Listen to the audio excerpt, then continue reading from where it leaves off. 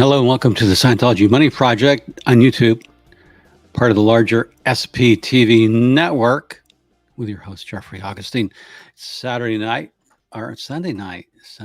It's 21st of April already. My gosh. Welcome, everyone.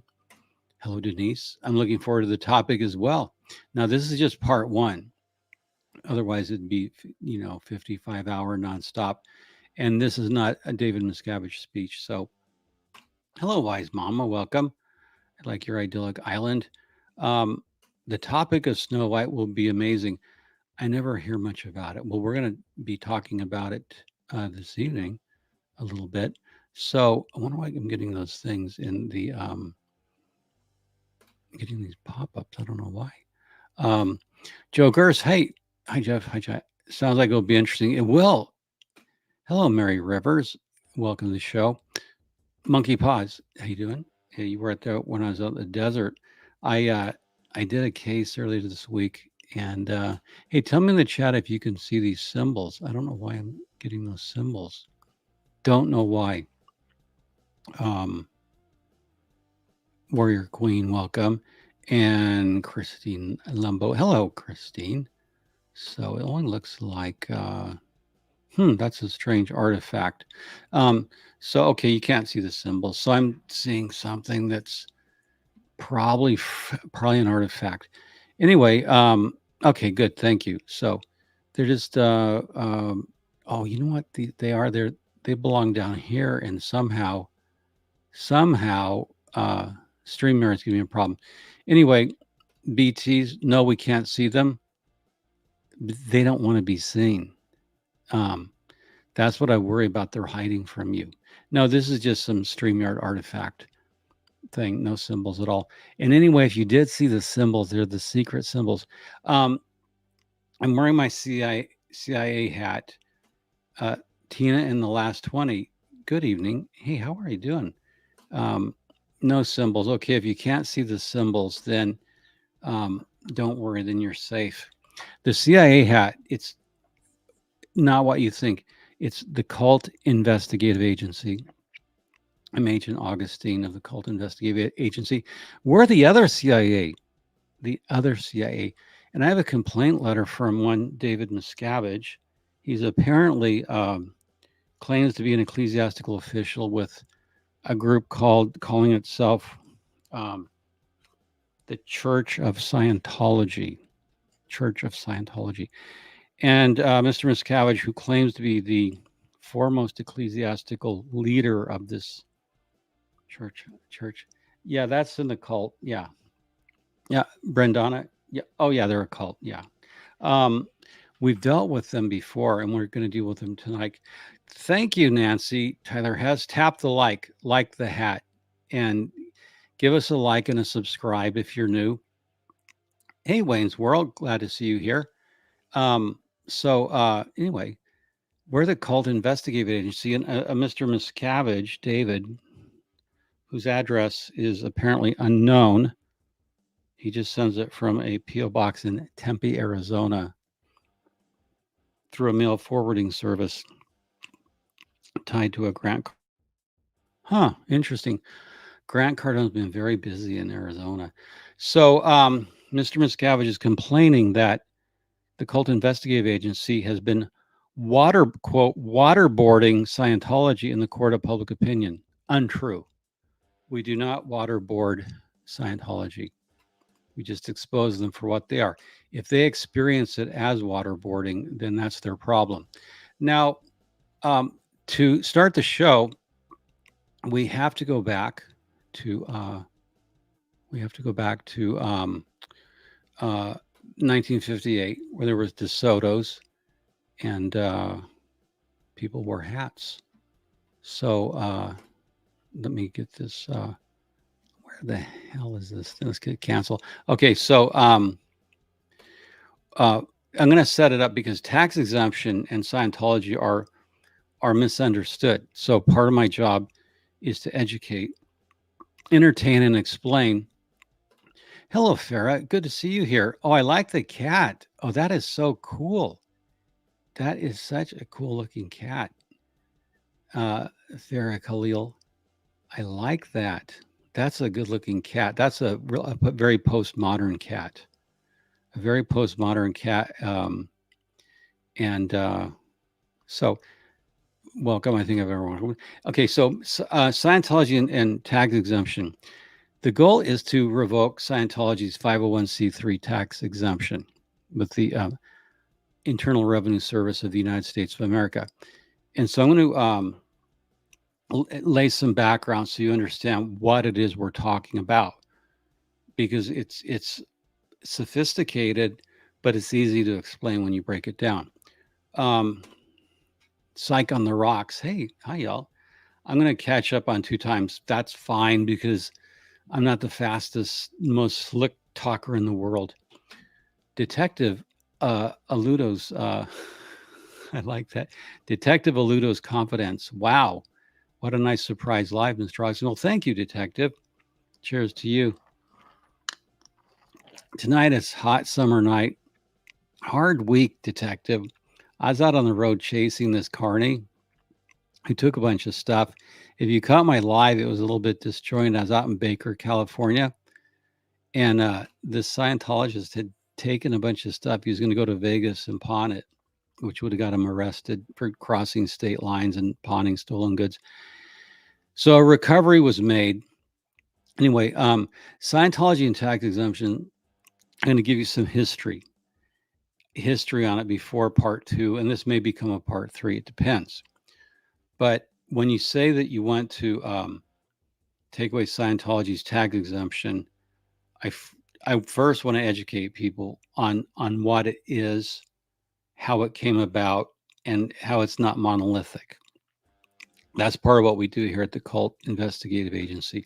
That's why I'm wearing this hat tonight, and not my cowboy hat, because we're not out wrangling bad guys.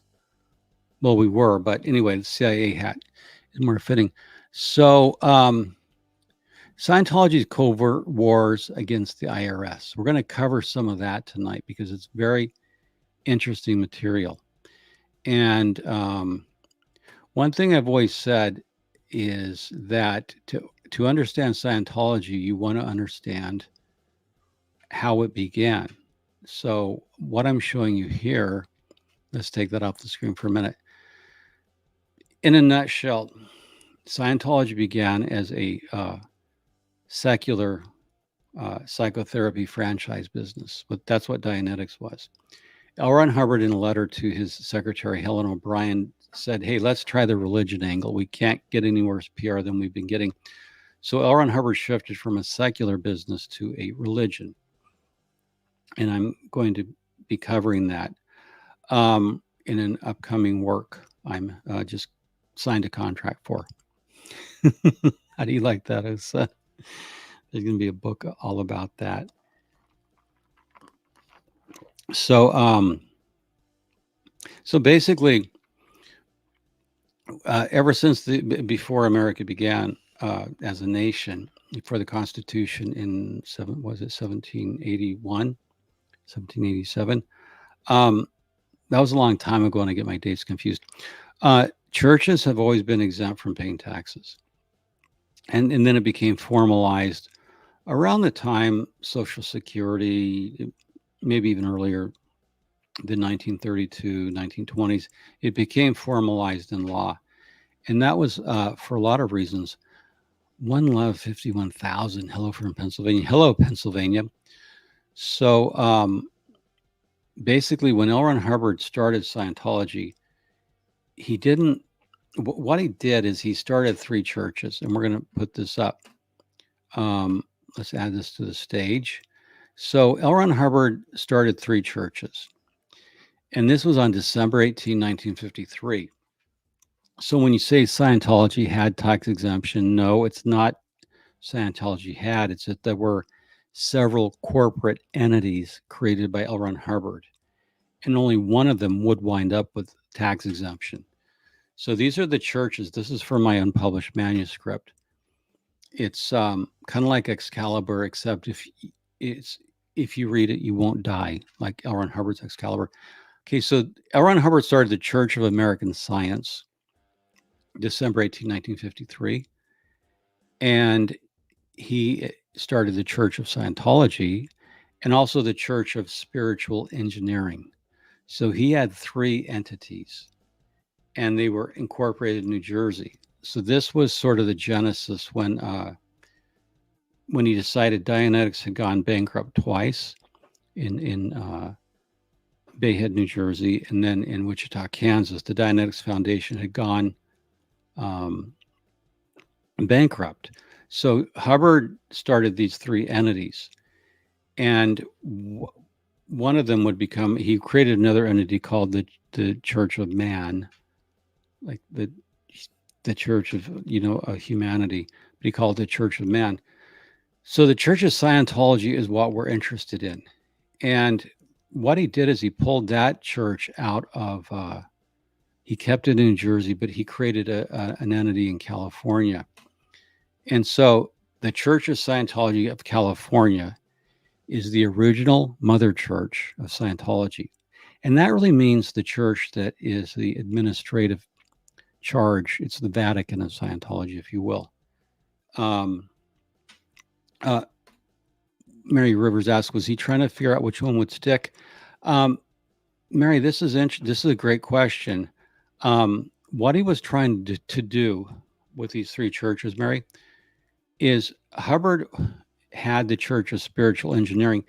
This sort of foreshadows the whole idea of religious technology, that he was combining science and religion. And nothing ever came of it. And the Church of American Science, if you read the incorporation papers, which I'll post on my blog, he said that was a church of Scientology that was focused on the Christian aspects. It was based in the Gospel of St. John, which I don't think L. Ron Hubbard ever read the Gospel of St. John or the Bible. But he said that this was going to be focused on a Christianized version of Scientology. And of course, this was nonsense.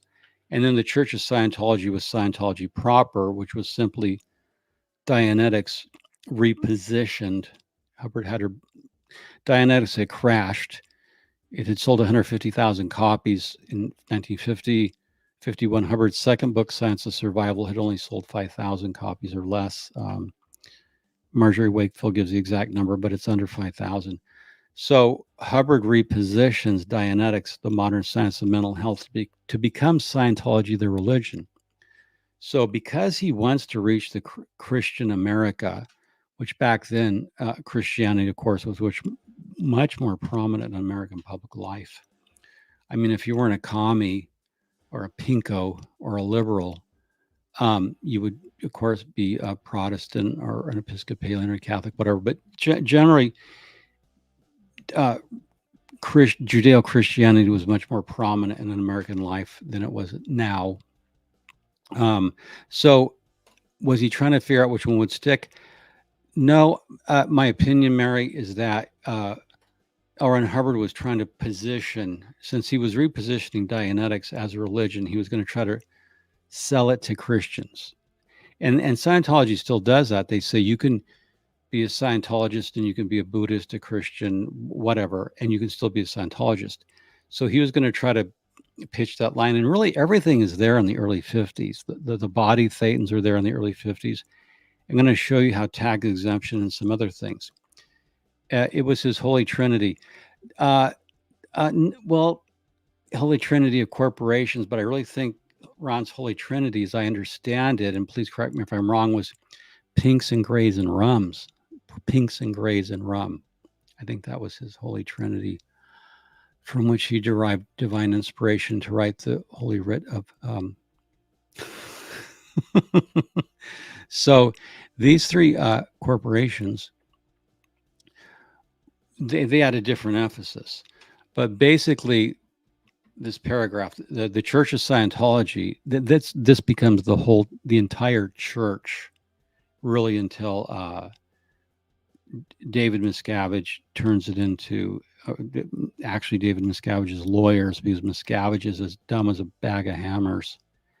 Well, Hubbard was still alive. They turned Church of Scientology of California in into RTC, Church of Spiritual Technology, and Church of Scientology International. So the real church we're interested in that gets tax exemption is the Church of Scientology of California.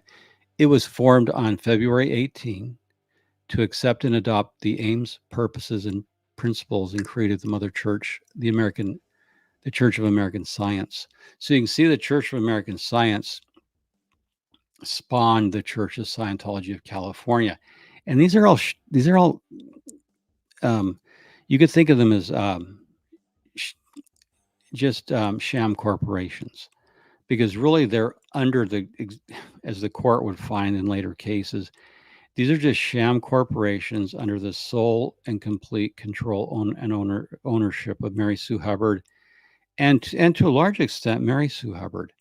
So when you talk about tax exemption history, the original corporate church is the Church of Scientology of California. This will become very important as we go into tax exemption, because there's basically, just like the Guardian's office became Office of Special Affairs, so too did the Church of Scientology of California become CSI. Different name, same bullshit. Okay, that's put it closely. Oh, hi, Pam Abernathy. Welcome. Okay, now, the Church of Scientology has always been incorporated, has always been about intellectual property. And here's some background that you need to know. And here's some background you need to know to understand L. Ron Hubbard. L. Ron Hubbard wrote that he was paid a penny a word for writing Pulp Fiction, and he was. But L. Ron Hubbard also wrote books from which he made royalties. And Hubbard, during his Pulp Fiction career and his career writing books, like, and by books, I mean fiction books like Typewriter in the Sky, he found that he got paid royalties from books. And if L. Ron Hubbard, there's a Scientology term called a stable datum. And a stable datum is something that anchors you. And to put it in just regular terms, my stable datum is that my wife, Karen, loves me.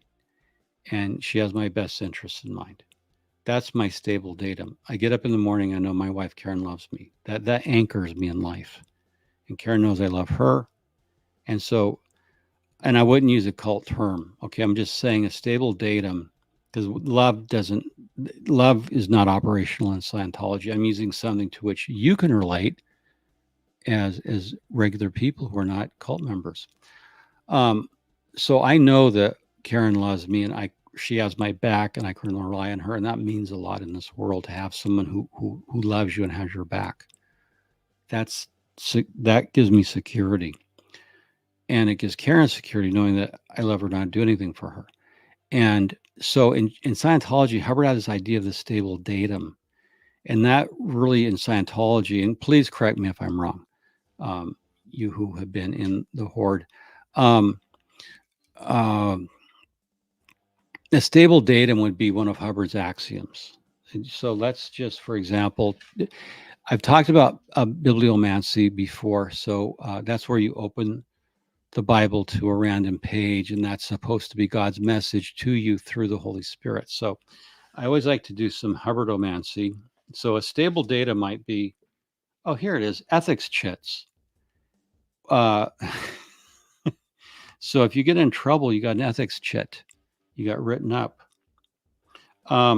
So your stable data might be, if I'm a good Scientologist, a stable datum in Scientology might be, if I'm a good Scientologist and I apply KSW and I apply the text standardly, I will never get an ethics chit. I will never be in trouble.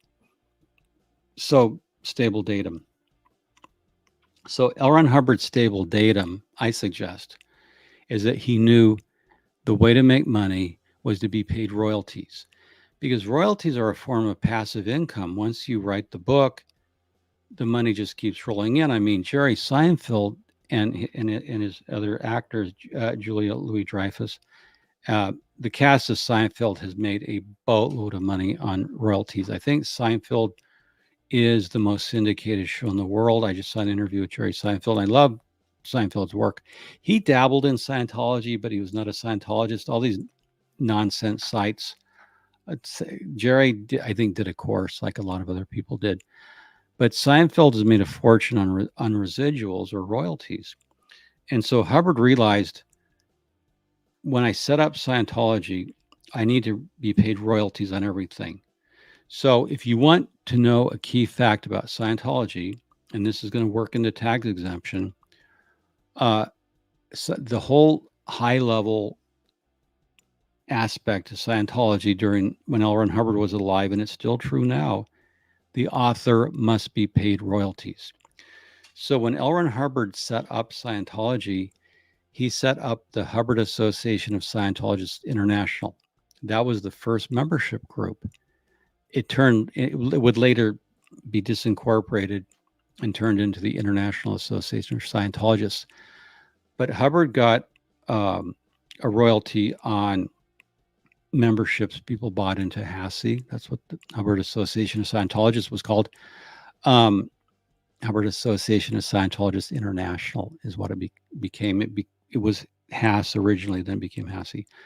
Hubbard receives sales on royalties on the sales of Dianetics, e-meters, books, tapes, courses. Hubbard used to give lectures, and you could buy them back in the 50s on reel-to-reel tape. And so Hubbard set up Scientology to have royalties on everything. And so if we go back, the Church of Scientology of California was really set up to pay Hubbard royalties. And so I put this note below. HASI owned all copyrights and trademarks related to Scientology. Okay, Hubbard assigned them to the Hubbard Communications Office, HCO, a division of HASI. And he assigned those in 1958. And then later, the HCO was transferred to the Church of Scientology California in 1966.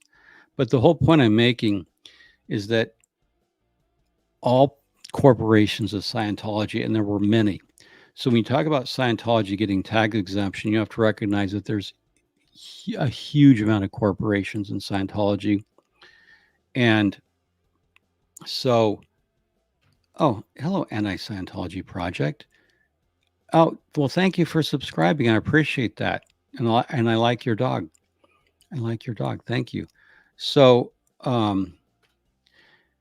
Hubbard was so full of himself that he thought anything he said was stable datum for other people. Yeah, that's pretty much it, because he was source. And, he was a guy who briefed us on the galactic situation, told us what was going on politically on other planets. So in order to shield his income, that is to make it tax exempt, and there was other reasons as well to protect Scientology from lawsuits. The Church of Scientology of California received tax exemption in 1957. And so Hubbard had it all. He had a church, he had tax exemption, and he could do a lot of things. But the problem is, in 1967, Hubbard lost tax exemption. And by that, I mean the Church of Scientology of California. Now, by that time, Hubbard had other churches. So it would be the church of, and then whatever city the name is. So these are the churches. It shows when they gained tax exemption. So Church of Scientology of California gained tax exemption January 2, 1957. They lost it in 1967.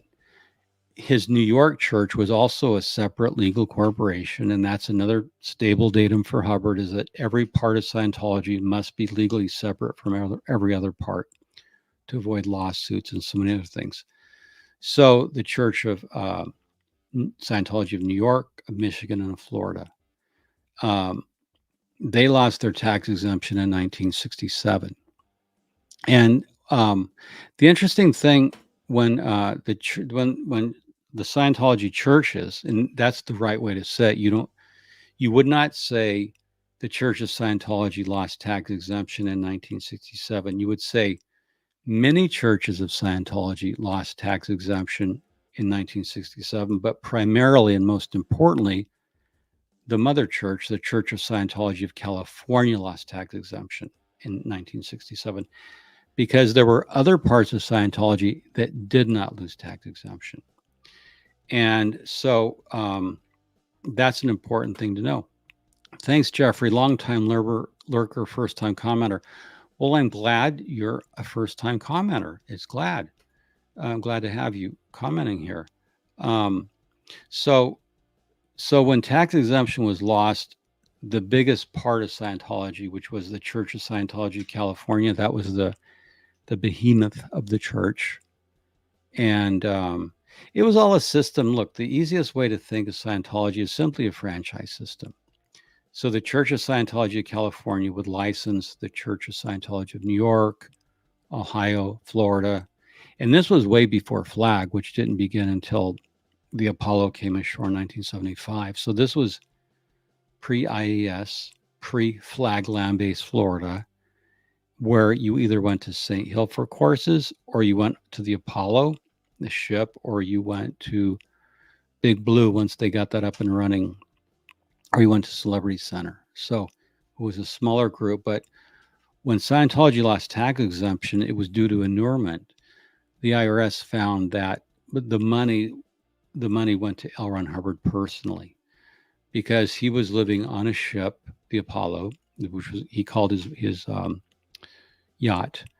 It was big for a yacht. And he was served by Sea Org members and they paid his expenses and things. I have the revocation letter, which I'll post. If the mother church lost tax exemption, did he just start running business through the one that did not lose it? That's a good question, but the answer is no. Here's what happened when Scientology lost tax exemption. And this goes to Scientology's fundamental belligerence. And if I may be so blunt, it goes to Scientology's blunt fuck you attitude. Scientology's attitude toward the law and the US government and the IRS is fuck you. You have to really understand. If you want to understand Scientology, you will understand that its attitude is fuck you, we're going to fight. That's it at the most bottom. If I'm on the street, that's the basic way to put it. Scientology is a belligerent, angry, hostile, vicious, organized criminal group whose attitude is fuck you, we're going to have a fight. And we'll spend all the money we need to fight. And if we need to destroy you, we will. You get in our way, fuck you. There's going to be a fight and it's going to be dirty and vicious and you're going to lose. That's their attitude. If I could give you the bottom line of the church, you have to understand its belligerence and its viciousness and its willingness to fight. And I mean, it's brutal. So, and that's the essence of fair game. But it's worse than that because fair game almost doesn't do it the word justice. It's more like we're going to go to war and it's scorched earth. And if people get killed, unalive themselves, families go broke, we need to use child labor. Fuck you. That's Scientology's answer to everything is fuck you. And if I get demonetized for describing the Church of Scientology correctly, well, then Osa, fuck you. There. So, and so this is why, as critics, you have to realize you're fighting this aggressive monster, and you do it by education. The protests are very much working. I got to tell you, being out on the street, it gives you a sense of energy. If you can go to a protest, and you go out on the street and you make drawings on the sidewalk, you protest, you hold up signs, that's getting to the church. There's a commenter out there, a blogger to whom I've taken task, and I'm not going to name her, doesn't get it. The protests are not fury. They're protests. They are legally allowed by the United States Constitution. They're effective. They work. If some people don't like them, that's too bad. If it doesn't suit your style, then don't protest. if you're not up to being out on the street, then don't go. Stay at home and stay on the internet. Find out whatever appropriate form of protest you want to take or opposition you want to take, okay? But I'm just saying this whole side battle going on in this community, I fall squarely on the side of people who want to protest because I've been out there. So has my faithful dog, Sebastian. So, the cult, yes, will try to bring down and destroy the enemies of the state. Yeah, they will. We're going to war. How does that fix with changing the world?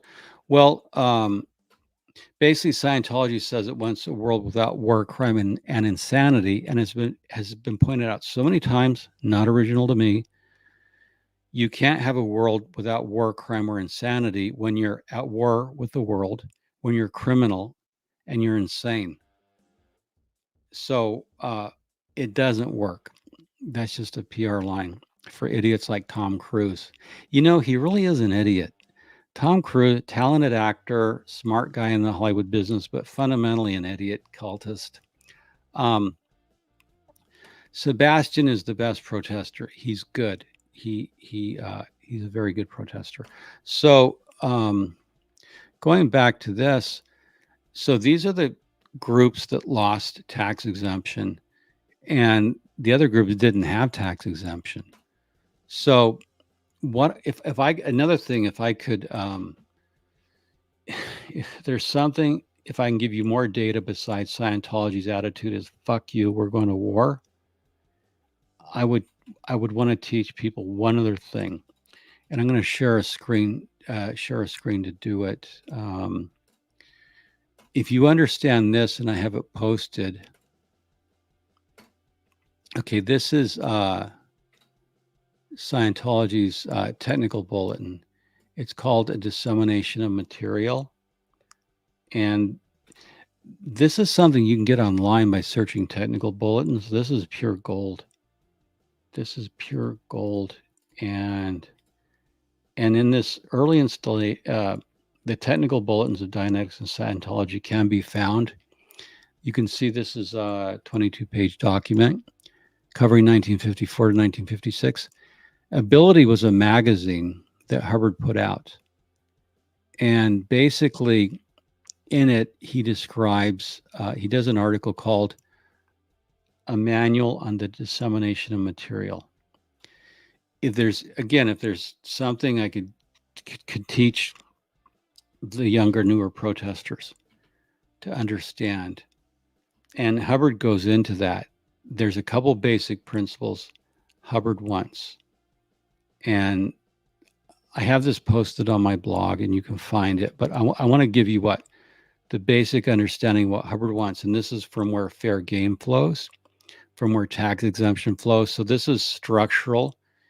And part of helping you understand tax exemption is to help you understand the mind of Hubbard, which informs the equally depraved mind of David Miscavige. This is what Hubbard wanted. These are his goals, basic goals that he says in the manual on dissemination of material. And this is from where everything flows. If you understand this, you really will understand a lot about Scientology, and I've distilled it down. Okay, Hubbard said the public should see Scientology as the answer to all problems. He even, so like if you have a migraine headache or, someone working for you who's a problem,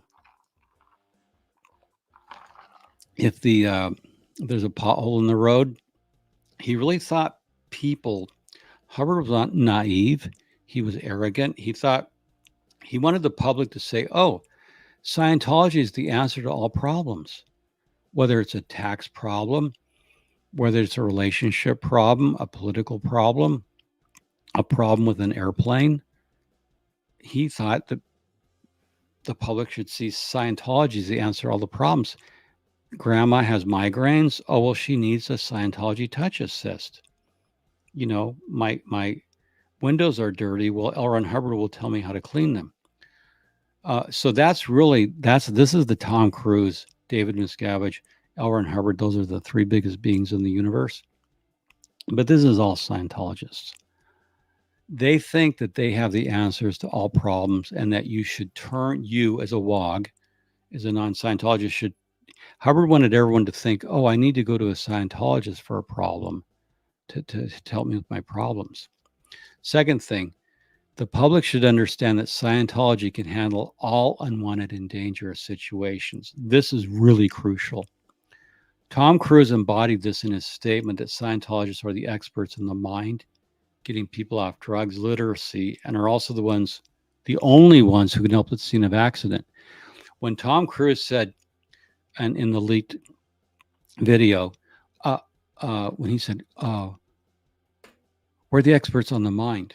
We're the experts at getting people off drugs, at literacy. We're the only ones who can help at the scene of an accident. Tom Cruise wasn't being an asshole. He was being a Scientologist asshole. And I would say that to his face. Not that he would ever talk to me because I'm not in his crowd. But he really was. That shows Tom Cruise's level of indoctrination. He actually thinks that he is an expert on the mind. And he claimed that he's gotten thousands of people off drugs. Like, where are they, Tom Cruise? Show me one. Put one person, please. One person to say, Tom Cruise personally helped get me off drugs. Just show me the evidence. But this is the indoctrination. And it goes back to 54, and it does go into tax exemption. So, okay, number 3, Hubbard really wanted to, PR was everything to Hubbard. PR, public relations. In fact, fair game is rooted in public relations. Ultimately, if you go back, Hubbard wanted people to see that Scientology poses no threats to anyone, and that Scientologists are good and decent citizens. I think if you understand this, you understand the mind of a Scientologist. They're from a PR perspective because they all come from PR. Scientology poses no threat, and Scientologists are good and decent citizens. This is something that's so inculcated into the mind of Scientologists to act like you're good, concerned citizen for human rights, for literacy, for getting people off drugs, that you overlook, you fool yourself. Okay, now 4, anyone who criticizes Scientology is a criminal. This, again, is welded into the mind of Tom Cruise. He laughs, an SP, maybe someday we'll see them only in a museum. But this is fundamental to the Scientology mindset. Hubbard taught that if you criticize Scientology, you have crimes. And so that OSA's job, or the Guardian's Office job, was to find your crimes, because this is the circular logic. This is the circular logic of Scientology. If you criticize Scientology, you must have crimes. It's a non sequitur. It doesn't logically follow. But Scientologists in their circular logic are so indoctrinated that, oh, you criticize Scientology, you have crimes. So even if you had a peaceful protest, they would still think you had crimes. If you perfectly criticize Scientology in the most peaceful means possible. And by the way, I got to say, I really like Defender Vance. I talk to him when I go out, and he's doing some brilliant street theater. Anchor Gay Pope early on did some brilliant street theater that really rubbed people the wrong way. And but Pope also gave us that unbelievable picture of the spike fence, the spike fence at base. So protests, anyway, just wanted to shout out to Defender Vance. I talked to him every time I see him, and Jessica and everyone else. So I'm going to maybe go down tonight. Flagrant queefs. Jeff, mind your pictures up. You're just trying to be funny. I like it.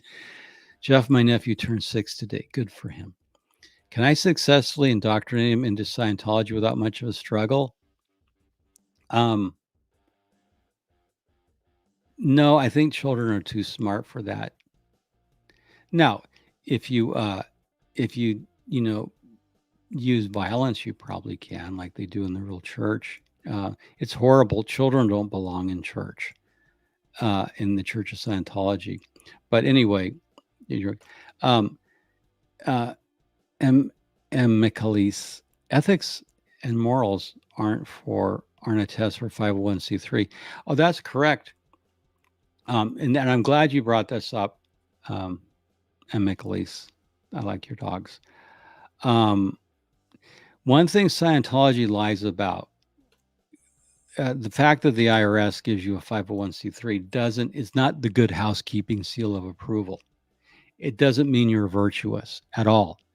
And I brought up this example before that Heaven's Gate, Jonestown, they had tax exemption. So did the FLDS. They had 501c3 tax exemption. Wait, I'm not sure about FLDS. I take that back. I have to go back a little bit earlier on that. But Jonestown, 910 people, murder, suicide in Guyana, they had tax exemption. So don't be fooled by tax exemption. It simply means you're organized for tax exempt purposes. Anand Sparrow, yes, was a great protester. Oh, hi, Casey. Always pretty great. Well, thank you. Yeah, and I like Sebastian Likes going out there. So let's go back to this. Okay, anyone who criticizes Scientology is a criminal. So when you're protesting or you're writing, you got to realize that Scientologists are lensing you. They've been indoctrinated to see you as a criminal. So really, any argument that street protests are fury is moot. It's mooted by the fact that it doesn't matter what form your protest takes. Scientology will see you as a criminal. So whether your form of protest is demonstrative, loud, raucous, or it's peaceful, it doesn't matter because Scientology will see you as criminal. So that line of argument is moot. It doesn't matter.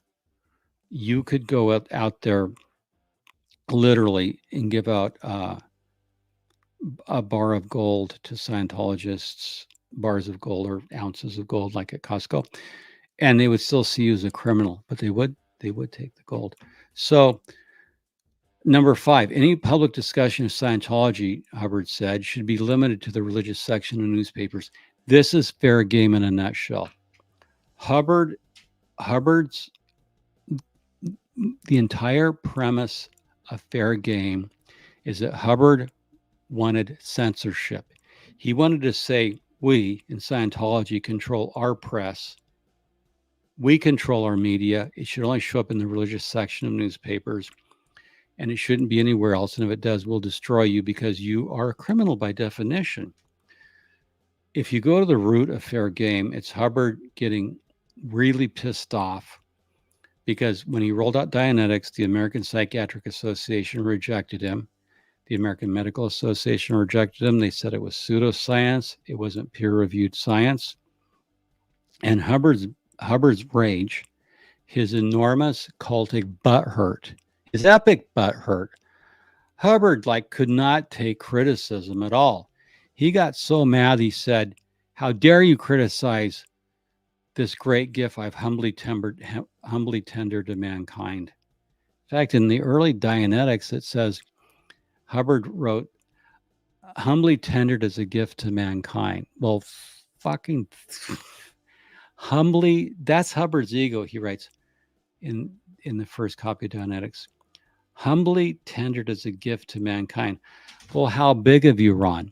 And when the American Psychiatric Association, Reader's Digest, the American Medical Association, everyone else said, just drubbed Hubbard's work as nonsensical pseudoscience BS, he didn't like it. He said, "No, we talk about Scientology. You don't know. And here's something I want to say to people who were in Scientology with respect. Okay. Um, Never ends have a lot of power. Never ends have a lot of power.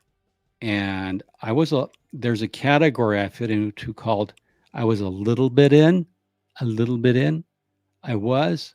I went in when HASI was the membership organization. I bought a lifetime membership into HASI for, I don't know, it's 50 or 100 or something like that. And so never ends are your friend. The prime example is Reinhold Mueller and Errol Anson. They prosecuted Daniel Peter Masterson and put him away for 30 to life for 2 counts of forcible SA. Okay. Never ends can bring a lot. So I respect the lived experience of Scientologists, especially second gens. I'm not going to tell your story. You guys have to tell your story. But in terms of the life experience I have in corporate, in research, in private investigations, I can bring a lot of firepower. So build a coalition. I don't like the division between never ends and ends. If you were in the Sea Org, you have a unique lived existential experience. I'm not going to culturally appropriate it, but I will tell you my wife was in Sea Org for 20 years and did work for Hubbard personally, and I've learned a lot from her. She was a public member for 20 years. So maybe it's just something that another comment I wanted to add. You recruit the right never ends, including attorneys, investigators. You have to build a team, a large group of people who are willing to help. And that's exemplified by the never ends. And I got to tell you, Reinhold Mueller and Errol Anson did one hell of a job of comprehending Scientology, as have the courts of law in the United States of America. Now, yes, that's exactly it. Every voice is valid. Every voice is valid. And there's a lot I know about Scientology policy and history that a lot of never ends. I'm sorry, a lot of second and third gens, they were robbed. They were robbed of their history. They weren't told their history. It was kept from them. And I wanted to thank Natalie Webster for when I published the thing about Hubbard's secretary saying that, he's writing to her saying, hey, we should try the religion angle. She hadn't heard of that, and she was in for 35 years. So we have to compare notes. We have to share as a community and educate each other on what we do know. And this is why I like listening to Natalie, Nora, so many other people who are in. And that guy, who's that guy? What, Brendana? Oh, Aaron Smith Levin. Yeah, I like listening to his show. Yeah. So, and I got to really crack up. There's some OSA stuff online about the cult of Aaron Smith Levin. If it's a cult leader, he's not very good at all.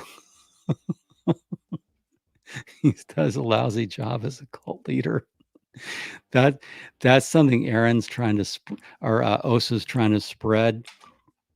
And that freak, that freak, I'm not even going to mention his name. He's a freak. Just a freak. So, okay, so let's get back to this chart because this is essential. If you screenshot this and keep it. Okay, now, so Hubbard, and this is all of Scientology, they want to control their press. They want censorship. They want to be the ones who talk about it. And yet when you ask them what is Scientology, this is part of the insanity Scientology. You want to control your press. Hubbard said the only place Scientology should be discussed is in the religious section of the newspapers. And for younger readers, there used to be a thing called newspapers. You've seen them. I'm being a little bit satirical. But in newspapers, there used to be a section called the religion section.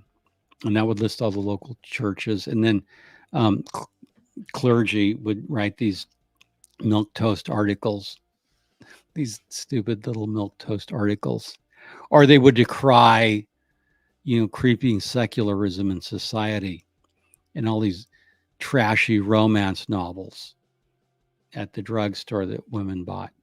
Trashy romance novels, and also degraded sex novels that men buy, men and women. So, oh, hi, Pam. Brandana said hi. She assists me. I feel like your voice can bring the community together. Thank you, Gina. But I appreciate that. But humbly, I'm like, we need everyone's voice. And and the nice thing is we don't have to agree with each other. I don't agree with the other SPTV creators. And that's the point that's been being brought out on the SPTV board or SPTV foundations. They don't agree with each other. There have been some fights. The thing I like about second gens is they they will go at it when they have a disagreement. And it's healthy though. It's healthy. That's what I said. It's freedom of speech. And one thing I want to do is stop using cult language. I made a point that if two people are disagreeing, that's freedom of speech. And stop this blogger I'm talking about, stop using the term dead agenting. For fuck's sake, stop using cult language, Stephanie. Please stop using the word dead agenting or black PR. We're not in Scientology, Stephanie. Okay? We're not in Scientology. Here's 3 things I have a recommendation for, because I'm very frustrated and I don't like to criticize. I like what the Aftermath Foundation is doing. I believe in its mission. Not everyone does. Is there room for improvement? Definitely. Stephanie, you need to drop out for a year, go to community college, take a freshman grammar and composition course, because you do not know sentence structure. You don't know paragraph structure. You are a really poor writer. Study rhetoric, study logic, study persuasion. And I'm just getting, I'm reading your stuff and it's like, you're not, look, Aftermath Foundation, love you guys. I have the utmost respect for those people. I know what they've been through. I know not everyone likes them, but I'm saying I would offload Stephanie. Just me is 30 years in corporate. And I'm going to lose some friendships over this, okay? I really like the people in Aftermath, but not Stephanie Hutchinson. I would offload her. She's a liability. She can't stop. This isn't like a 2006 Xenu.net flame war. She doesn't get it. She's not sophisticated, okay? I just got to get that off my chest. I'm not liking that. Get her off the board. She doesn't belong, So I just had to go there because I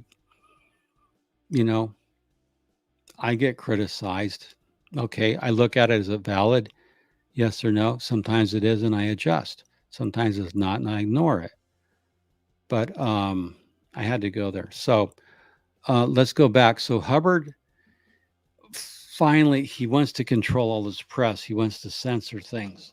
And we can't do that in a free society where there's freedom of speech and freedom of press. You're going to have arguments and disagreements. That's it. Finally, Hubbard says psychiatry and mental health practices are dangerous and harm people. So these are the key things, and Hubbard embedded them behind tax exemption. So that's what I wanted you to know. So basically, the Church of Scientology of California had tax exemption. And when it was revoked in 1967, you know what the Church of Scientology did? They told the IRS, fuck you. We're just going to act like we still have tax exemption. So they kept operating like they had tax exemption, and they would file the minimum required IRS documents under protest. So they dug in. Now, here's something you have to realize, okay? The IRS revoked the Church of Scientology of California's tax exemption and three other churches in 1967. Now, here's the thing that you have to know about the IRS. They let Scientology continue on with lawsuits and fighting them until 1993. So it takes two to have a war. The IRS and Scientology, there's things the IRS did not do that they should have done and could have done. They could have shut down Scientology and seized their assets. Instead, they go at each other and they go through court. So it's not like the IRS. And this is where I respectfully disagree with people who believe that the IRS caved into Scientology in 1993. No. I've said this over and over. The IRS took down John Dillinger through income tax evasion, and other people in the Prohibition era gangsters, the early organized crime figures. The IRS took them down with income tax evasion. That's how they got Al Capone. So the IRS wasn't afraid of Al Capone, and he was a big, powerful mobster in organized crime. They took him down. The IRS, acting with the FBI and Department of Justice and the new RICO law, they took out the Cosa Nostra, the 5 families in the Cosa Nostra, which is called the Mafia, but it's actually Cosa Nostra in America. And we know that from Michael Francese, whose work I really like. So the IRS, along with the FBI and DOJ and the RICO law, they took down organized crime, the 5 families in New York in the 1980s. So were not afraid of the Church of Scientology.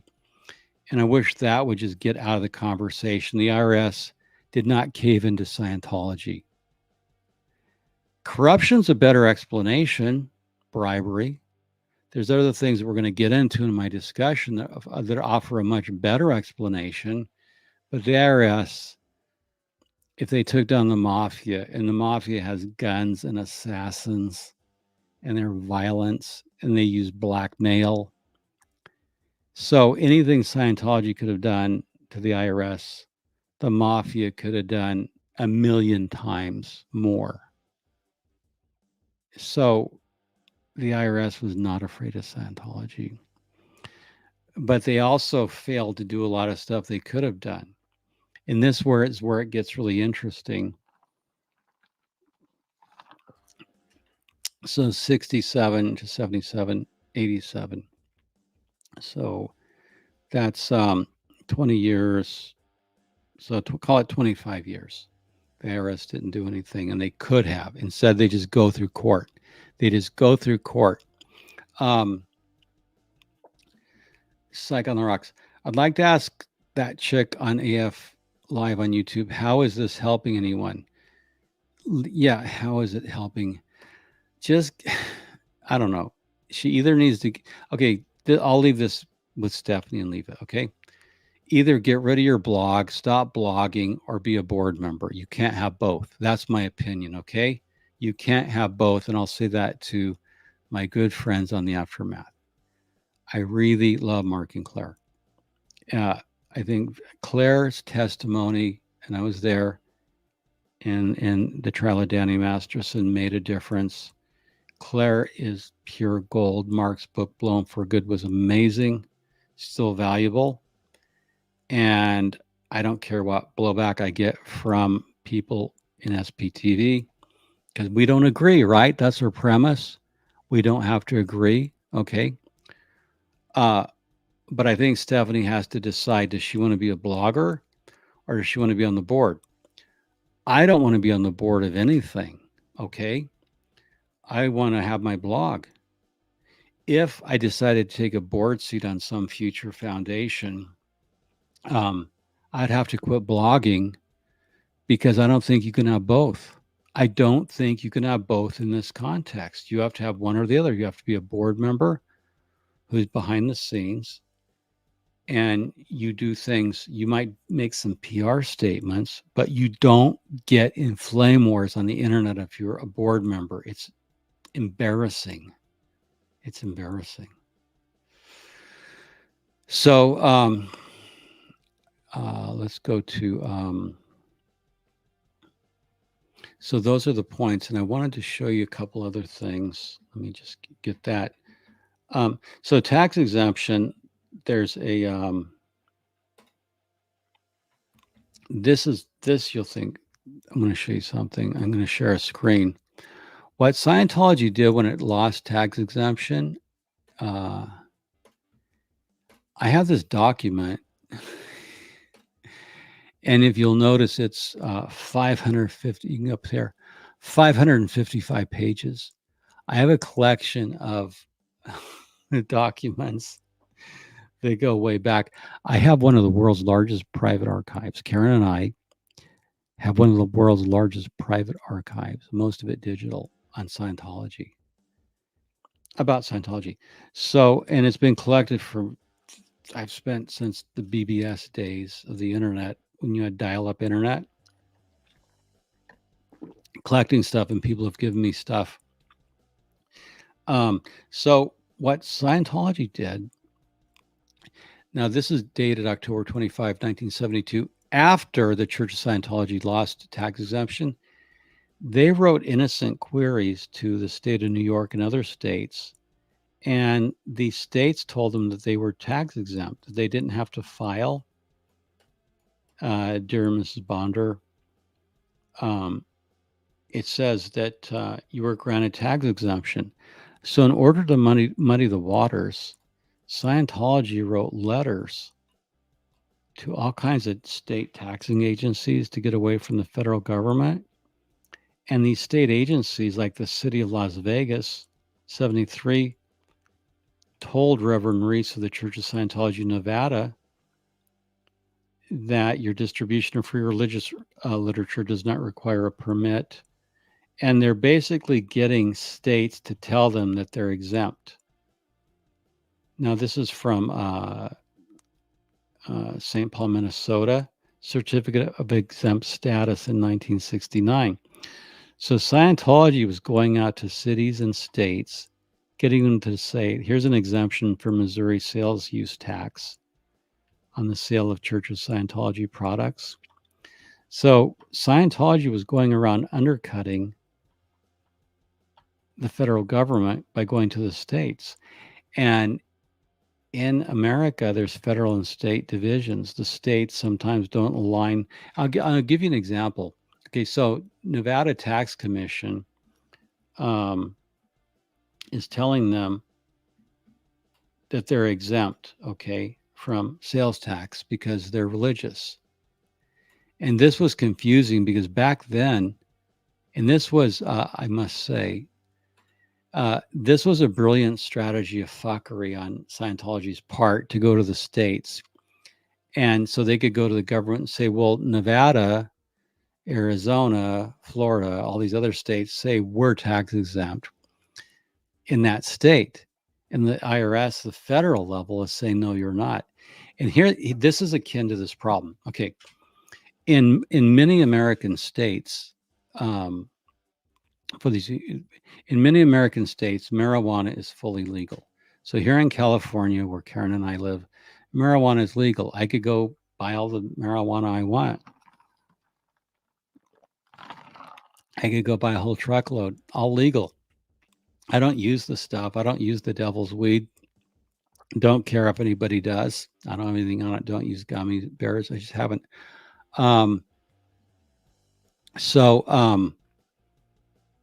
But at the federal level, marijuana is illegal. So it's one of those things. There's ambiguities that people don't understand. So I guess if I took that truckload of California marijuana across state lines to some state where it's not illegal, the feds could get me or the state could get me.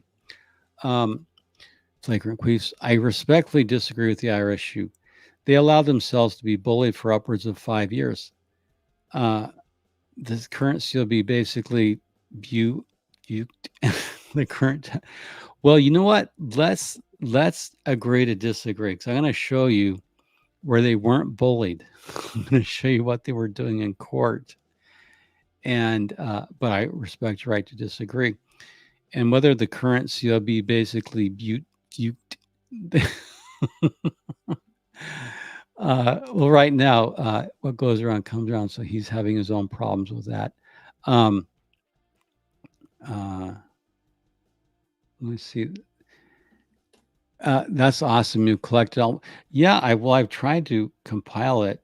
It's an interesting collection, and part of it comes from Arnie Lerma. And Arnie and I were friends for like 2005 to 2010. Then he had his back surgery. Then he got on drugs, and he became. Let me show you some stuff, and just to divert. Yeah, Arnie compiled some of this. Arnie's genius was to, when desktop scanners were expensive and rare, he would scan anything and everything, and then other people were doing it. So through ARS and other places, people were getting this, and I was collecting it. And it's amazing to just have it's amazing to have all this research. And there's even affidavits. There's Terry Milner, the investigative services. Um, now look at this letter. We're just going to go off topic for a minute. to whom it may concern. Who's this from? This is about a criminal matter. Terry Milner. Okay. So you can go through these affidavits. Okay, now here, this is something that came to our attention. It says, my associates in the above mentioned acknowledgement from Mr. Taylor were senior members of the board of directors of the Church of Scientology of California. During the year 1971, a number of individuals involved in a large-scale narcotics smuggling operation were arrested. That's true. These individuals attempted to link the Church of Scientology with their activities. It is felt that perhaps their motives were related to the church's drug rehabilitation programs. And he examined it. Well, basically what happened is Scientology had a boat down in San Pedro. I think they kept it in San Pedro, here on the coast, a training ship for Sea Org members. And there was a Scientologist who used the said Sea Org vessel to smuggle drugs. That's just an interesting thing. There's actually a Sea Org member smuggling drugs with a Sea Org boat, and you can Google it. So this is why I always say, like, collect everything, and you never know when you need it. And you can just catalog it and throw it in a box. And so there's these letters. Thank you for forwarding the packet of materials regarding Scientology. So you can see that these people, I should just put this up. We'll do an episode on it, because this thing's full of really funny stuff. There's a prayer of invocation, all kinds of stuff. Anyway, there's all kinds of fun stuff. Okay, so basically what happened is the Church of Scientology sued. And Snow White, now let's go to Operation Snow White, because I want to end this in 20 minutes or so. Psych on the Rocks confused whether or not it was a troll. Can you post the name of suspected troll? Because yeah, Arnie's research is excellent. He did very good work. And then I want to say something to clarify something, since we're clarifying things. The last time I talked to Arnie Lerma, and this is directed to Scott Gordon, and he's a free zoner. Okay, so the last time I talked to Arnie Lerma, he called me. This was like maybe a year before he died. Arnie Lerma called me, and he was all hot and bothered about the Freemasons. And I'm a Mason. And Arnie had all these questions about the Masons. And in fact, one time when Marty was on our side, I was talking to Marty, and he said, Marty Rathman told me that Dave and the, Marty and all the guys at the top would sit around and they decided that it was either the Vatican or the Freemasons who were out to take Scientology down. So anyway, Arnie Lerma called me, and I was saying, Arnie, look, if you want information on Freemasonry, I can arrange for you to meet, people at your local lodge, because at Masonic lodges, if you have questions, you can just call the secretary and you can go in and talk to Masons, if you have questions. I've done interviews with people who want to know about Masonry and loan them books. And most Masonic lodges have libraries and they can loan you books and just ask questions, So, what's a free zoner? Oh, I love this question. Okay. So what happened?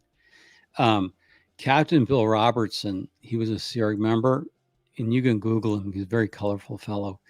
He left the Church of Scientology, and then he thought he was like a cosmic figure, Astor Parjamian or something. But he issued like a galactic decree that Earth, or Tesiac as it was called, was a free zone, a non-interference zone, and that there was an order that other civilizations could not interfere with Earth. And so we're a free zone.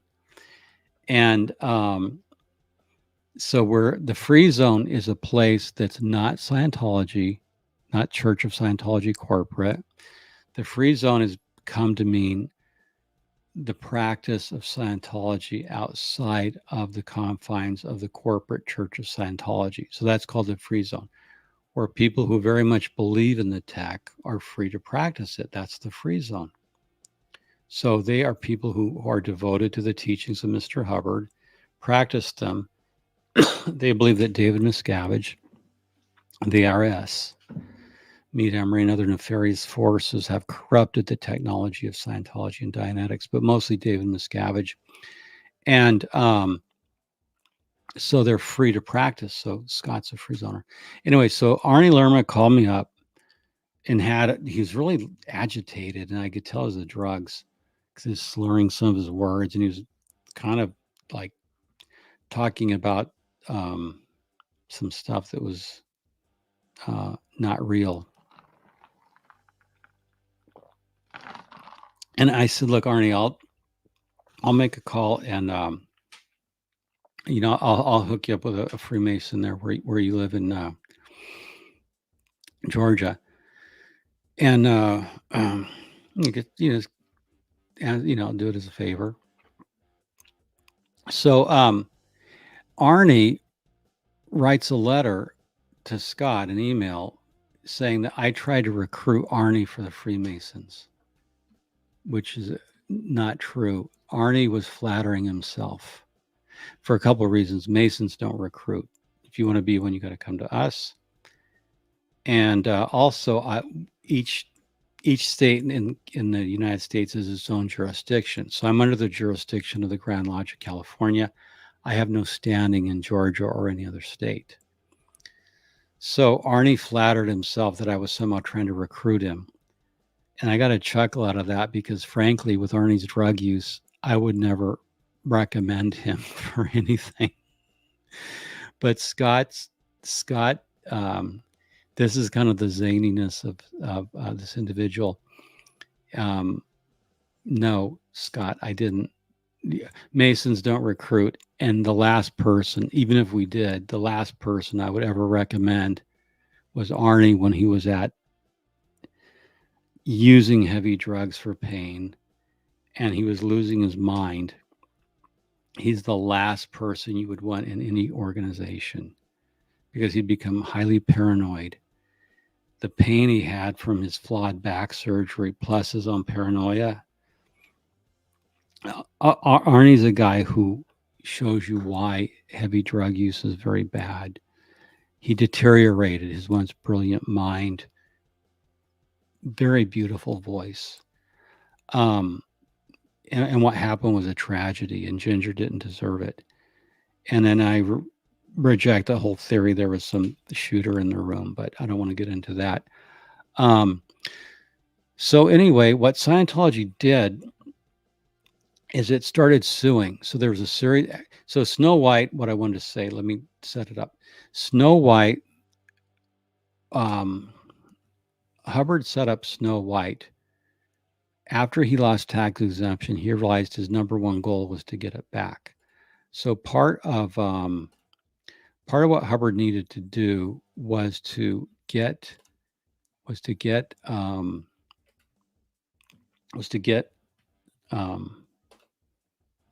basically he had to get tax exemption back.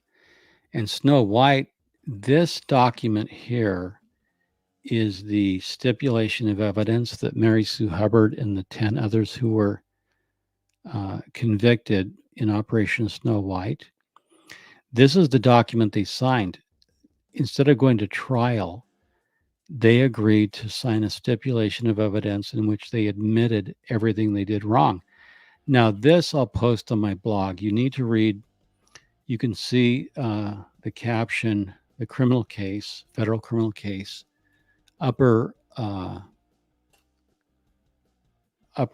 left-hand corner, criminal case number 78401, Mary Sue Hubbard and others, stipulation of evidence. So what happened is Mary Sue Hubbard and the others, instead of going to trial, because L. Ron Hubbard did not want a trial, they signed a stipulation of evidence in which they basically pled guilty to everything. And this lays out the whole plan to infiltrate the IRS. And if we go to page 4,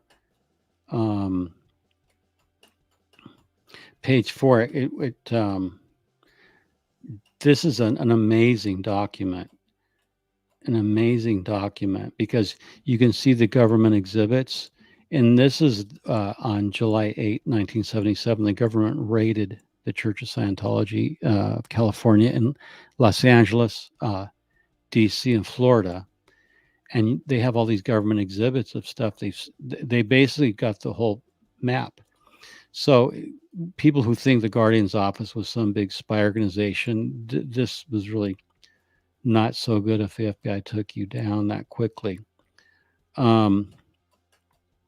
It includes charges, the conspiracy to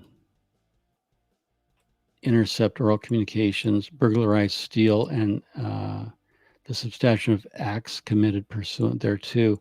So this lays it out, but basically what this stipulation of evidence, and if you haven't read it, if you're a new Scientology critic, I'm going to post this on my blog, stipulation of evidence. I want you to go through it because you can see basically the orders from Hubbard were to burglarize the IRS. That was their main target. They wanted Interpol files. They wanted a lot of stuff, but they wanted to know what the IRS had on them. And this basically was to know in the lawsuits that they were filing against the church. I'm sorry, that they were filing against the IRS. They want to know the IRS trial strategy and how to defeat it and how to get basically tax exemption back. So my theory, which I'll develop, is that Snow White was primarily designed to get tax exemption back, to find out the IRS's trial strategy by burglarizing their offices and to defeat that trial strategy and therefore get tax exemption back because it was so valuable, because it insulated them.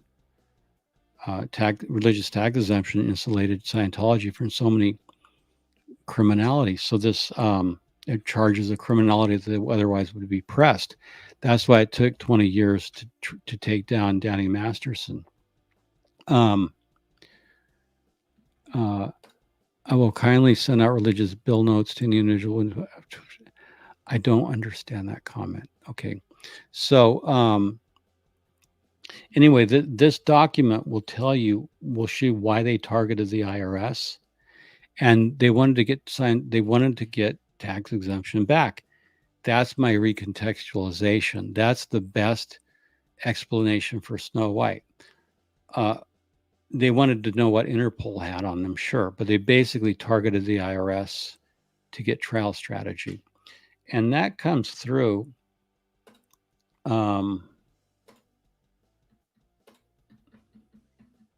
later on down the road.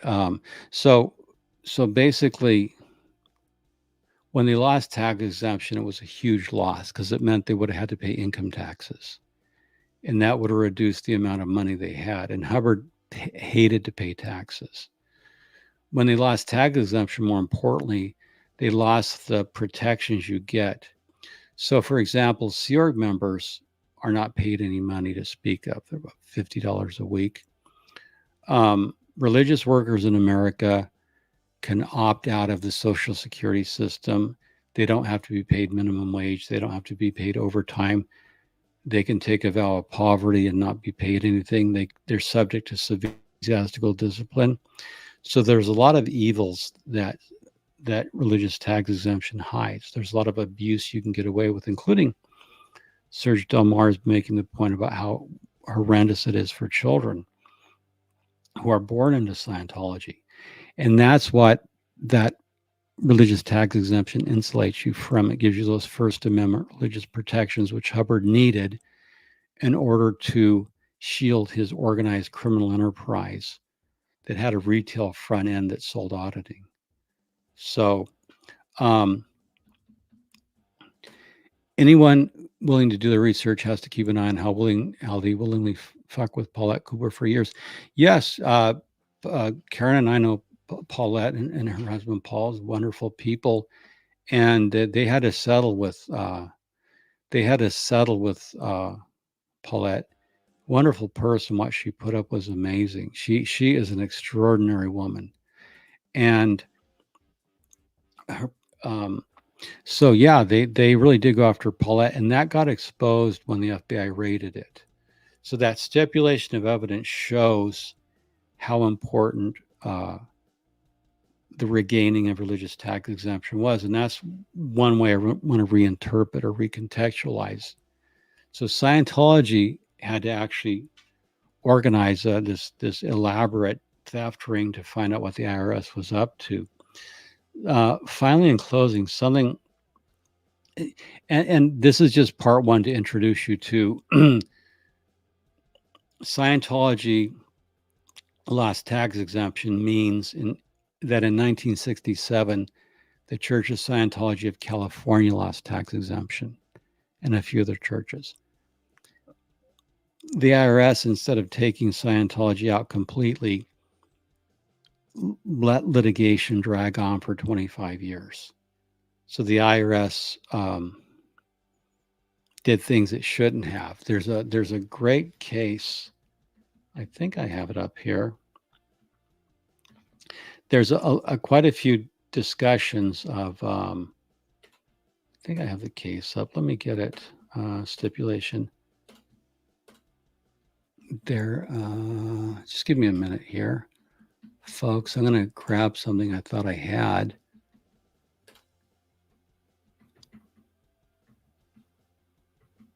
Okay, so I just had a show note. I thought I had it. No, that's not what I want. And, oh yeah, I want to show you this one.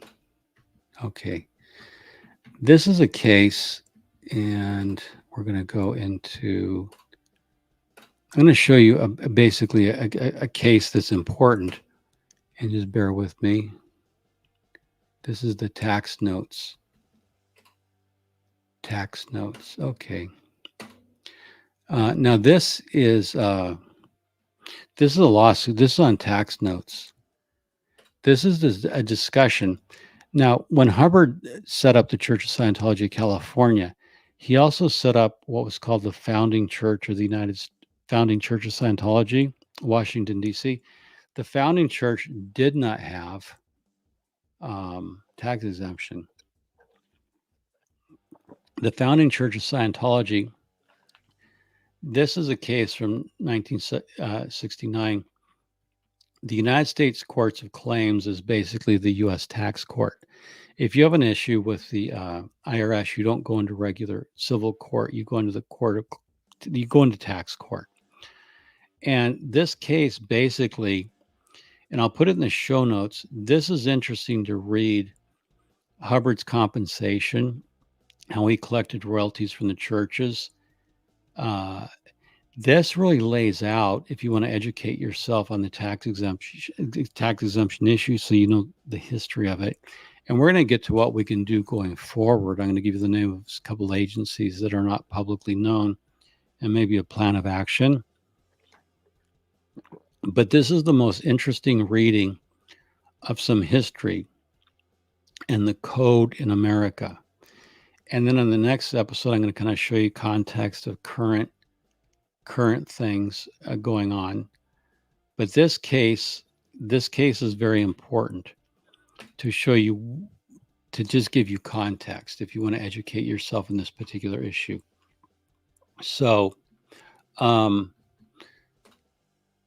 totally T4K tout.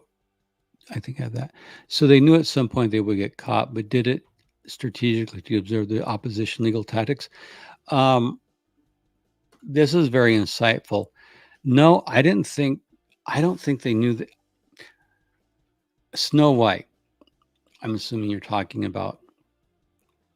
No, they didn't think they would get caught. They did not think they would get caught. In fact, if you read about how they actually got caught, it's almost like walking into a door. It was through some name badges going into the law library in one of the buildings in Washington, D.C. They didn't think they would get caught. But they did get caught. And these fellows going through, these two OSA people going into the law library in a federal building would actually take the elevator up to the IRS offices and burglarize them. But they would go in at night to the law library to do research. It's really fascinating.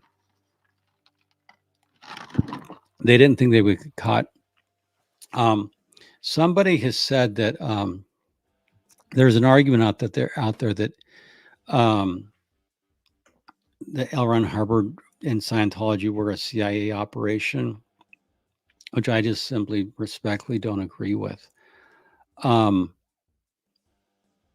Because Michael Meisner was one of the guys who got caught, and Scientology, he was one of the Guardian's office operatives, and he knew the whole thing, and Scientology was hiding him. And I always say to people, well, if Scientology were a CIA front and Michael Meisner could blow the lid off Operation Snow White, they would have killed him. Basically, they would have put a bullet in his head and, thrown him in the ocean. That's CIA, when there's danger, they don't screw around, they take people out. And besides, the CIA's remit, especially back then, was not, wouldn't have been to burglarize. They would have just, if they were CIA, they would have just made a phone call. Bill Casey, or whoever a CIA director at that period was, would have made some phone calls and got the materials. They would have gotten trial strategy without this Keystone Cop burglary operation, which got blown apart by a how far can we capitulate what L. Ron Hubbard said before the gears start clinking? I'm not sure I understand your question, if you could rephrase it. So, Windy City Thetan Watch. I like that. I thought it said Windy City Thetan Witch at first. Thetan Witch. The Thetan Witch. The Thetan Witch. Are there Thetan witches? I know you're not a Chicago person, but any knowledge into urban police would help. Can't help you much there. See, this is why there should be a lot of spin-offs of Scientology Money Project. You should have Scientology Chicago Money Watch, where you watch Scientology crimes, lies, legal matters, and their relationships with the urban, with the local cops. See, this is like, I know LA really well, but I don't know Chicago at all. And so this is where the power of knowing your local state, town, the local cops, the lay of the land, that's where it's so powerful. So people in Chicago, you could start your own Chicago Scientology project investigation online and just, my blog I started like for an overview because I could get a big overview, but on particular cities like Clearwater, Aaron's got that down.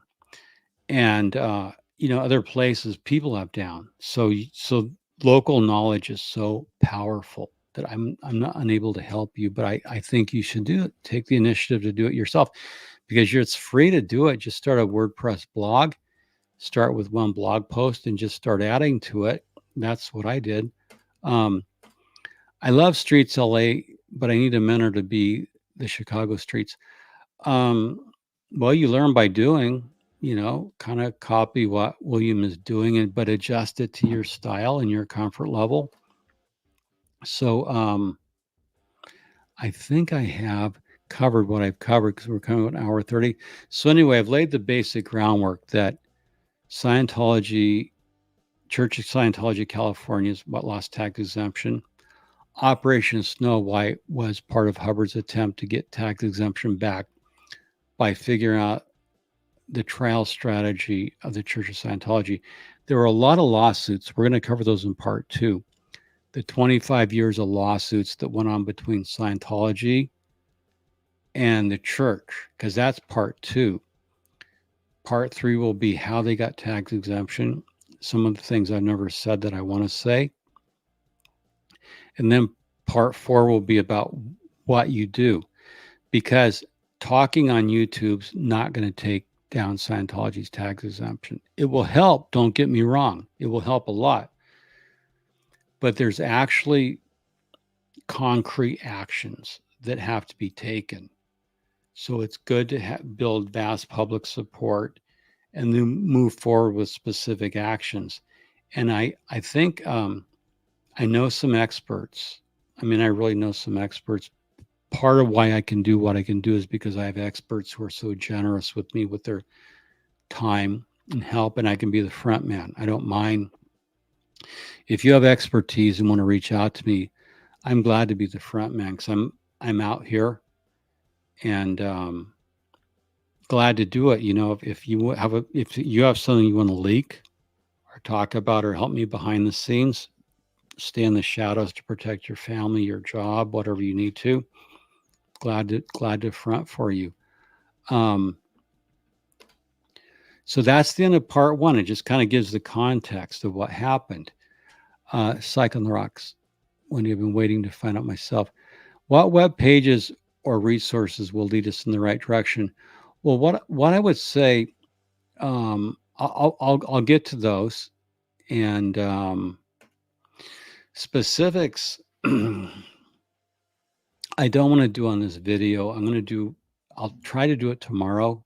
Tomorrow night, I'll give you some very specifics because there is an agency. There's a way to get around the IRS per se. That is bypass it and come in from the top. And there's a particular agency that I want to talk about in my next one. So anyway, this is educational. So I'm going to post the stipulation of evidence when I get done on my blog. That'll give you some idea of what Snow White was really about.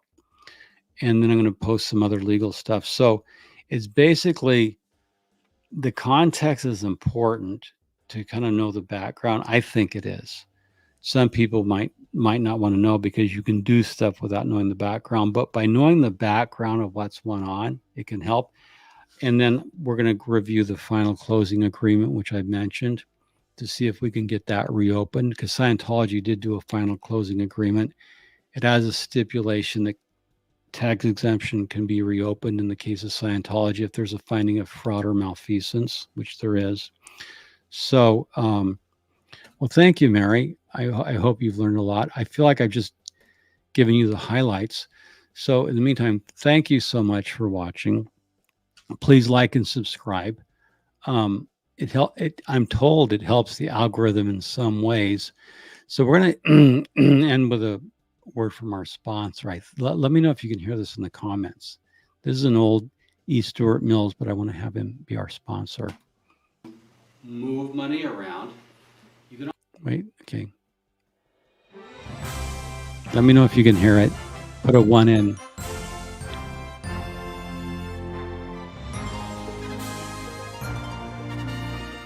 Okay, can you put a 1 in if you can hear it? Hello, my name is E. Stuart Mills. I'm the senior partner of the law firm We Fuck 'Em and How. We represent the Church of Scientology, and we're looking for a few good attorneys. Let me ask you a question. How do you feel about a religion that runs a religious prison? If that's something you can defend in court with a straight face, we're interested in talking to you about coming on board. We're also looking for attorneys who specialize in taxation.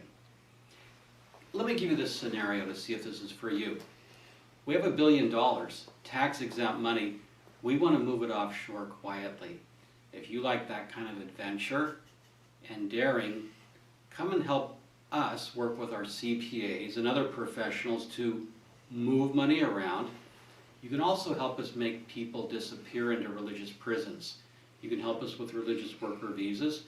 You can help us prove that it's okay to buy phone records, that it's okay to use hidden cameras. This is the kind of thing you're looking for, especially if you like making big money and you can keep your big fat mouth shut, and you can work for an employer who, while they tend to yell at you a lot, at the end of the day needs your help more than you need them. We Fuck 'Em and How, the leading name in cult law.